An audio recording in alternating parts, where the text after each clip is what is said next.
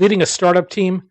Whether you're delivering a sugar rush, stocking coffee, or getting a regular delivery of snacks, Office Depot has solutions that fit every startup culture, from getting those first business cards and stationery to ordering fleece pullovers with your new logo. To learn how Office Depot and the California Technology Council have partnered to bring you savings on all of these startup essentials and more, go to californiatechnology.org/member benefits. I'm Daniel Levine, and this is the Bio Report.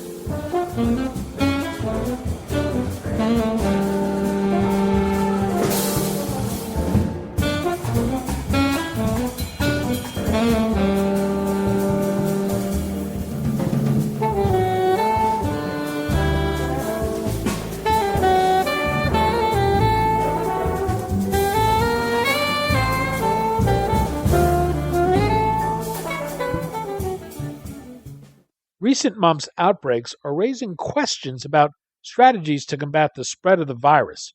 One issue of concern is that the current vaccine is designed to protect against a different strain of the virus than the one that is sparking the outbreaks. Though the vaccine can help prevent some people from getting the disease or minimize its effects, the outbreaks have raised questions about whether a new vaccine is needed. We spoke to Stanley Plotkin, an expert on vaccines and a member of the editorial board of the Journal of Clinical and Vaccine Immunology, about what's driving the outbreak, whether boosters can adequately address the problem, and why developing a new vaccine is not an easy solution to the problem.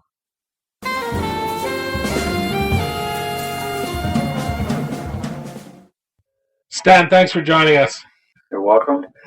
We're going to talk about an outbreak of mumps, why part of the problem may be the existing vaccine we're using, and whether we need a new vaccine.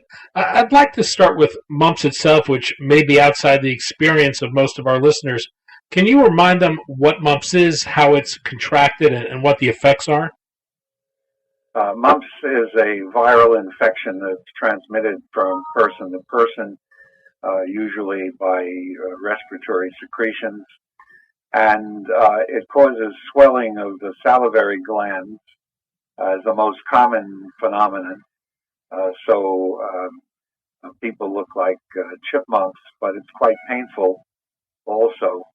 But in addition, there can be more systemic effects, in particular swelling of the testes and even sterility as a result.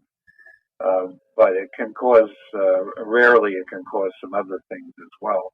How concerned should people be about mumps and the potential for more serious complications? Well, I think they should be concerned. I mean, that's why the vaccine was developed in the first place, to prevent those complications. And it certainly did so originally. However, there is a problem with the vaccine, which I can tell you about. Well, let me ask you, we've periodically seen outbreaks where there are spikes in the number of cases. There's been an outbreak recently in several states and on college campuses. Can you put that in perspective as how big an outbreak it is compared to what we've seen in recent years?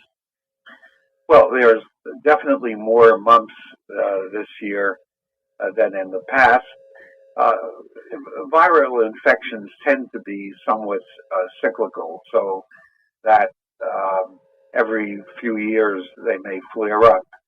What is particular about this is that when mumps vaccine was introduced, that was, as I recall, back in the 60s, it really controlled mumps quite well and was highly effective.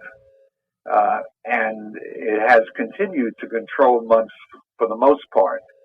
However, the problem is that immunity to the vaccine does not last as long as, for example, immunity to measles and rubella, which are the other two components of the so-called MMR vaccine.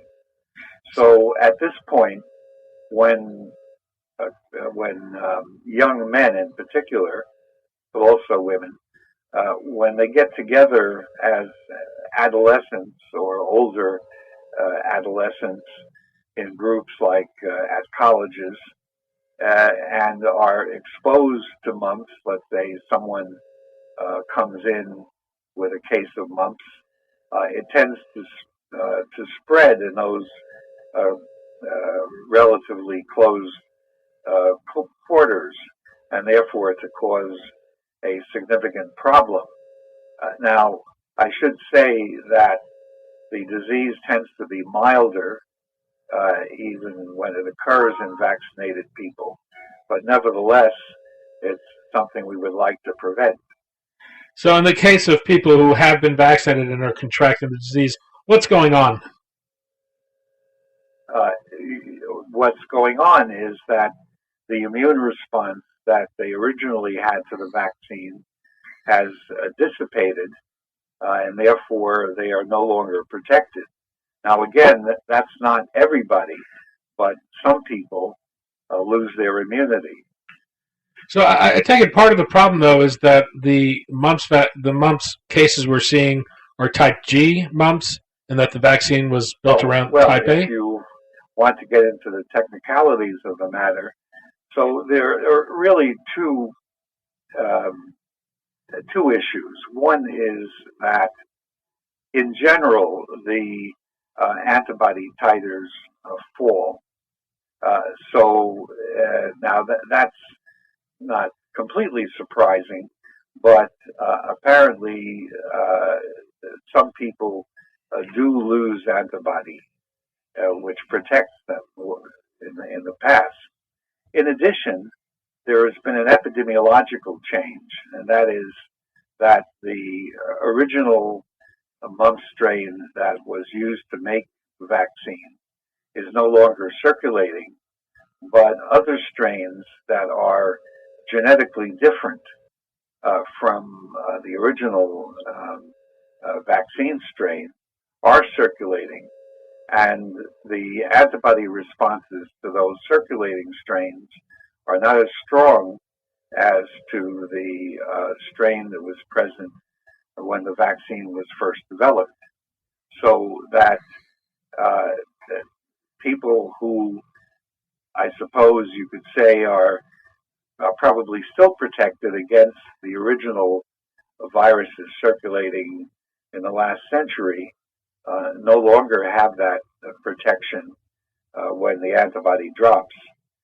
So can the problem be addressed through boosters, or is that at all an effective approach? Well, that is very much under discussion at the Centers for Disease Control. And indeed, in many of the outbreaks, a third dose of MMR has been given, and it appears that works. I haven't seen definitive data to show that the vaccine, the third dose, is responsible for control, but very likely it does help. Whether we need a new type of booster vaccine is something that I'm quite interested in and which is under discussion, but no decision has yet been taken. In 2013, you wrote a commentary in the Pediatric Infectious Disease Journal about why a new mumps vaccine is needed. This was 4 years ago. Do you still believe that's the case? You know, I think ideally a stronger, if that's the right word, a stronger mumps vaccine would be desirable. But one has to recognize the difficulties, the practical difficulties of developing a new vaccine for infants. And that would take a lot of resources and also one would have to be sure of the science, that is to say, to develop a vaccine which is completely safe, as the current vaccine is. So my current view is more that what we need is a new type of booster vaccine, and I have some thoughts about that, which will be discussed at a meeting of what is called the Mumps Working Group, organized by CDC. So forgive me, when you say a new kind of booster, are there different types of boosters, or is a booster usually just delivering another dose of the same vaccine? Well, it would not be the same vaccine. I have some thoughts about uh, developing a specific booster vaccine, not the original one. So is the challenge, you speak of the challenge of developing a new mumps vaccine, is that a scientific challenge or is it an economic challenge? I think it's both, because certainly it's an economic challenge. Um, but from a scientific point of view, one has to be certain of what attenuates mumps virus, what weakens mumps virus, and it converts it into a vaccine. And I would say that our knowledge in that area is not complete, and therefore there would have to be a good amount of research to discover the rules of attenuation. I do not think it's impossible, but it is not something that would be readily accomplished in a short period of time. The other problem, I imagine, is getting a pharmaceutical company to take on the financial risk of doing this. Yes, you're right. Uh, Companies, and rightly so, see other problems as not only being more remunerative, but also more important from the public health point of view. Because again, I want to stress that we're not looking at a disaster here, but we are looking at something that needs improvement. Is there something that would incentivize a pharmaceutical company to take on a project like this? I think if CDC were to indicate that they would like to see uh, uh, solutions, additional solutions to the problem, I think that would weigh heavily with pharmaceutical companies. I mean, they certainly look to CDC for recommendations about what to do. We've had a disturbing set of incidences around vaccines recently from so-called vaccine deniers. I think we saw an outbreak of measles that was worsened by that recently. Is there concern that an event like this, where people are using a vaccine and not getting a full response to it, is that a concern that might strengthen the anti-vaccine case? Well, in a way, but again, I have to repeat that it's not that the vaccine doesn't work. It's that it doesn't work long enough in everybody. So that it protects against mumps, certainly for in children and into adolescence, is beyond question. Will it contribute to vaccine opposition? Well, if there's anything that is epidemic, it's stupidity, and probably yes, it will contribute to some extent to opposition to vaccines. But I take a philosophical view about that, which is basically that people adopt views which have no basis in fact, but it appeals to them emotionally, and there's not much you can do about that. Unfortunately, it affects other people. We're dealing with a president today who suggested vaccines cause autism. He's calling for big cuts to the NIH budget. Is there a concern that we're at a point in time where vaccines are at risk of having a significant setback? Well, that of course is a very pertinent question, and I could only guess. I think um, the Obamacare Act contained considerable monies for support of vaccination. I am not clear as to whether the proposed replacements would have continued that support. Um, the CDC, of course, is central in supporting vaccination for children whose families can't afford the vaccines. And if CDC's budget is cut, that would be tremendously harmful to protection of children and to some extent adults. Of course, research on new vaccines is conducted by NIH, among others, and obviously cutting support there is going to mean that there will be fewer new vaccines. I would just like to grind an axe, actually, in that regard concerning the human papillomavirus vaccine. This is a vaccine that is actually preventing cancer. I mean, it's already had a public health effect on reducing cervical cancers and also potentially now reducing cancers in males as well. And if one were to reduce the use of that vaccine, because there wouldn't be money to afford vaccination, I mean, that's going to end up killing people. So, you know, we're talking about serious stuff here.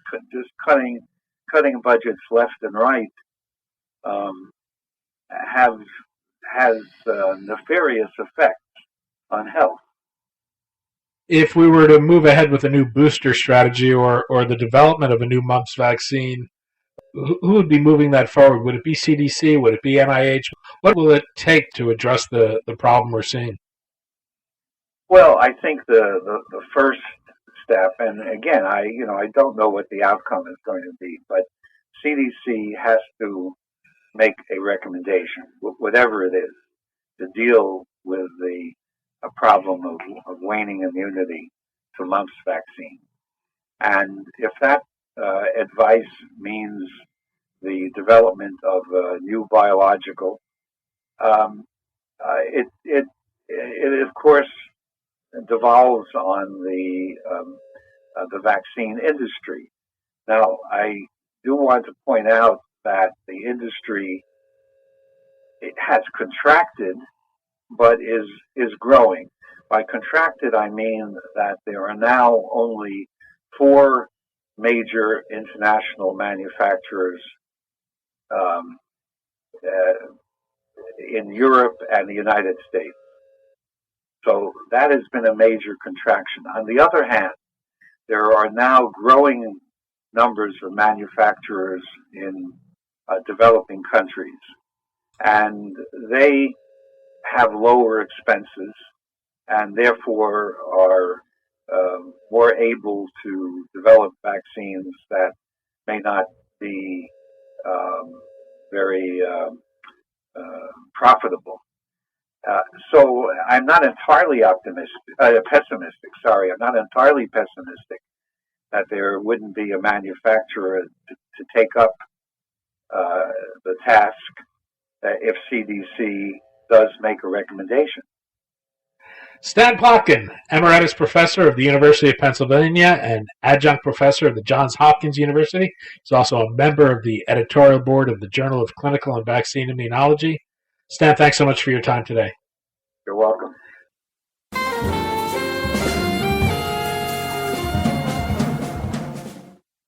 Thanks for listening.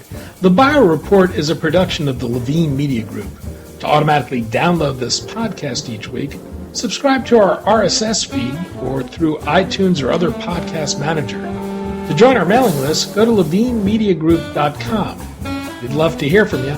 If you want to drop us a line or are interested in sponsoring this podcast, send an email to danny@levinemediagroup.com. Special thanks to Jonah Levine, who composed our theme music, and the Jonah Levine Collective, which performs it.